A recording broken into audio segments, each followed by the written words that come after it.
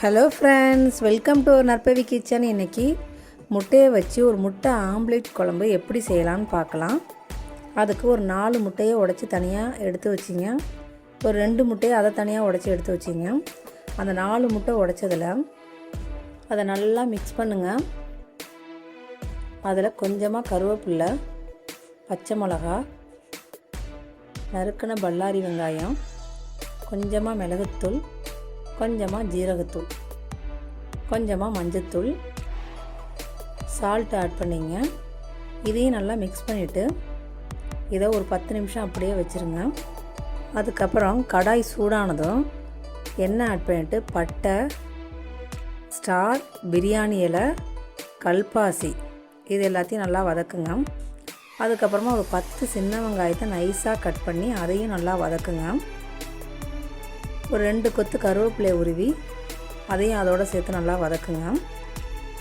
ஒரு 5 பல்லு பூண்டு, கொஞ்சமாக இஞ்சி அதை நல்லா நச்சிட்டு இதோடு சேர்த்து நல்லா வதக்குங்க.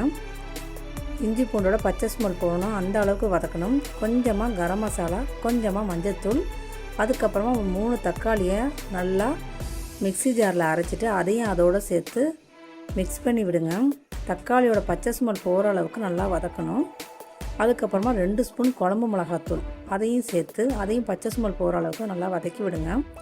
அதுக்கப்புறமா 1 டம்ளர் தண்ணியை கலந்து நல்லா கொதிக்க விடுங்க.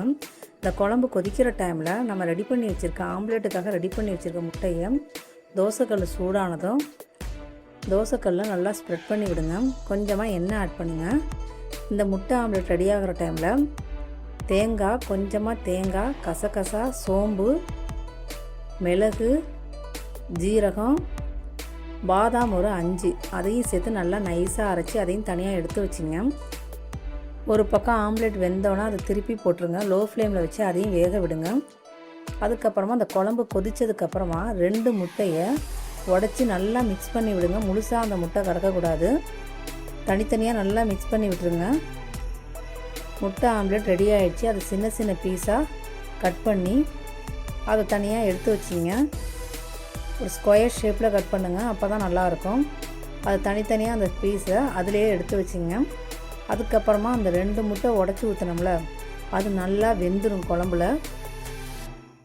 அதில் 2 ஸ்பூன் நம்ம அரைச்ச தேங்காய் விழுது அது 2 ஸ்பூன் கலந்து இதையும் ஒரு 5 மினிட்ஸ் கொதிக்க விடுங்க. தேவைக்கேற்ப கல்லுப்பு ஆட் பண்ணிங்க. 5 மினிட்ஸ் கொதித்ததுக்கப்புறமா நம்ம ரெடி பண்ணி வச்சுருக்க முட்டை ஆம்லேட்டை இந்த தனித்தனி பீஸை அதோடு சேர்த்து இதையும் ஒரு 5 மினிட்ஸ் கொதிக்க விடுங்க.